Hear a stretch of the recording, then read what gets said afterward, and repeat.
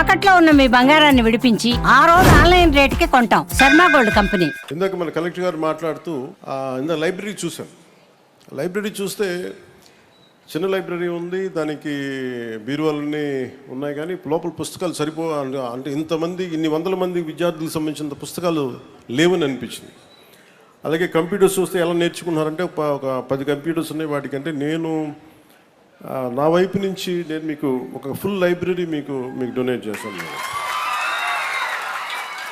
అందుకే నేను నా సైడ్ నుంచి మీ లైబ్రరీని నేను ఈ స్కూల్ని నడిపితే ఎలా ఉంటుందో అలాంటి లైబ్రరీ మీకు నేను మంచి పుస్తకాలు పంపిస్తాను. మీకు అది ఇంగ్లీషు, అలాగే మీకు 3 భాషలు వచ్చు. మీకు ఆ 3 భాషలకు సంబంధించి మీకు ఒక హిందీలో మీకు ఒక రామ్ధారీ సింగ్ దినకర్ లాంటి ఒక గొప్ప రాష్ట్ర కవిని మీకు చదివేలాగా ఒక హిందీ పుస్తకాలు, తెలుగు పుస్తకాలు, మంచి ఇంగ్లీష్ పుస్తకాలు, ఇవన్నీ నేను మీకు సెలెక్ట్ చేసి దాదాపు నాకు బడ్జెట్ తెలియదు కానీ అంటే మీ లైబ్రరీ నిండిపోయేంత పుస్తకాలను కొత్త బీరువాలు కూడా పంపిస్తుందని.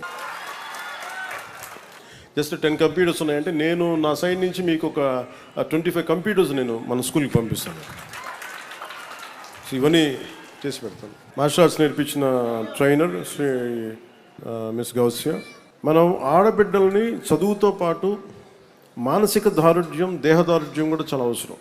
అలాగే మన మధ్యాహ్న భోజన పథకంలో డొక్కా సీతం మధ్యాహ్న భోజన పథకంలో ఒక నరిషింగ్ మీల్, క్వాలిటీ మీల్, అలాగే మంచి బలం ఉండే తిండి పెట్టడం కూడా కూటమి ప్రభుత్వం ముందుకు తీసుకెళ్తాం. అంటే మన చిలుకలూరుపేటలో ఒక ఆడబిడ్డ కూర్చోబెట్టి అంటే నేను ఆవిడ గౌసియా గారు నేర్పించడం నాకు చాలా చాలా ఆనందం అనిపించింది.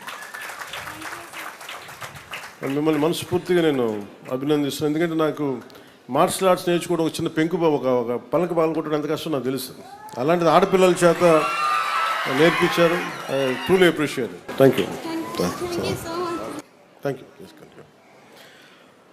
అలాగే ముఖ్యంగా మన టీచర్స్ రత్నకుమారి గారు మాట్లాడుతున్న, చాలా రత్నజ్యోతి గారు మాట్లాడుతున్న, మిగతా టీచర్స్ అందరితో మాట్లాడుతూ ఉంటే ఒకసారి టీచర్స్ని చూస్తే నాకు చాలా బాధ వేస్తుంది.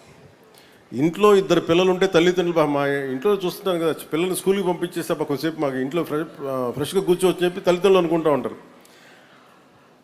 అలాంటి ప్రతి తల్లిదండ్రులు వదిలేసిన బిడ్డని టీచర్ చూసుకోవాలంటే టీచర్కి వెళ్ళాలి. వాళ్ళ ఇంట్లో బిడ్డలను అక్కడ వదిలేసి ఇక్కడ కూర్చొని ఇలా అరుపులు, ఇలా కేకలు, ఒక్కళ్ళు కాదు 2 కాదు, కనీసం క్లాస్ రూమ్కి 30 మంది ఎంతోమంది ఉంటారు. వీళ్ళందరూ అరుపులు కేకలు పట్టించుకోవాలి, అలసిపోతారు. వాళ్ళు ఇంటికి వెళ్ళి వంట వార్పు చేసుకోవాలి, వాళ్ళు ఇంటికి వెళ్ళి అన్ని పనులు చూసుకోవాలి. దాంతోపాటు మనం చదువు నేర్పించాలంటే ముఖ్యంగా విద్యార్థులకు చెప్తాను, మన టీచర్లకి ఒకసారి విసుక్కుంటారు మనల్ని. అవసరమైతే ఒక చిన్న విసుగ్గా ఒక చిన్న దెబ్బ వేస్తారు. మనం అసలు వాళ్ళ చేత దెబ్బ కొట్టించుకోకుండా మనం కనుక ఉంటే మన వాళ్ళకి కూడా మన బరువు తగ్గించిన వాళ్ళం. అందుకని టీచర్స్కి ప్రత్యేకించి మనం విద్యార్థులకి మీరు ఆ గౌరవం ఇవ్వడం నేర్చుకోండి. అది మనం చాలా చాలా అవసరం. మనం జీవితంలో పైకి రావాలి అంటే మనకి గురువు దీవెనలు చాలా అవసరం. అలాంటి గురువు దీవెనల్ని మీరందరూ నిండుగా పొందాలని మనస్ఫూర్తిగా కోరుకుంటున్నాను. అలాగే నేను అంటే మీరందరూ ఎలా ఆలోచించాలంటే ముఖ్యంగా విద్యార్థులు 10వ క్లాస్ అయిపోయింది, ఇంటర్కి వెళ్ళిపోతాం, డిగ్రీ వెళ్ళిపోతాం, ఏదో ఉద్యోగం చేస్తాం అని అనుకోకండి. మీరు ఎప్పుడు చాలా యంగ్ మైండ్స్, మీరు అందరూ చాలా లేత వయసులో ఉన్నారు. మీరందరూ భవిష్యత్తు మీది.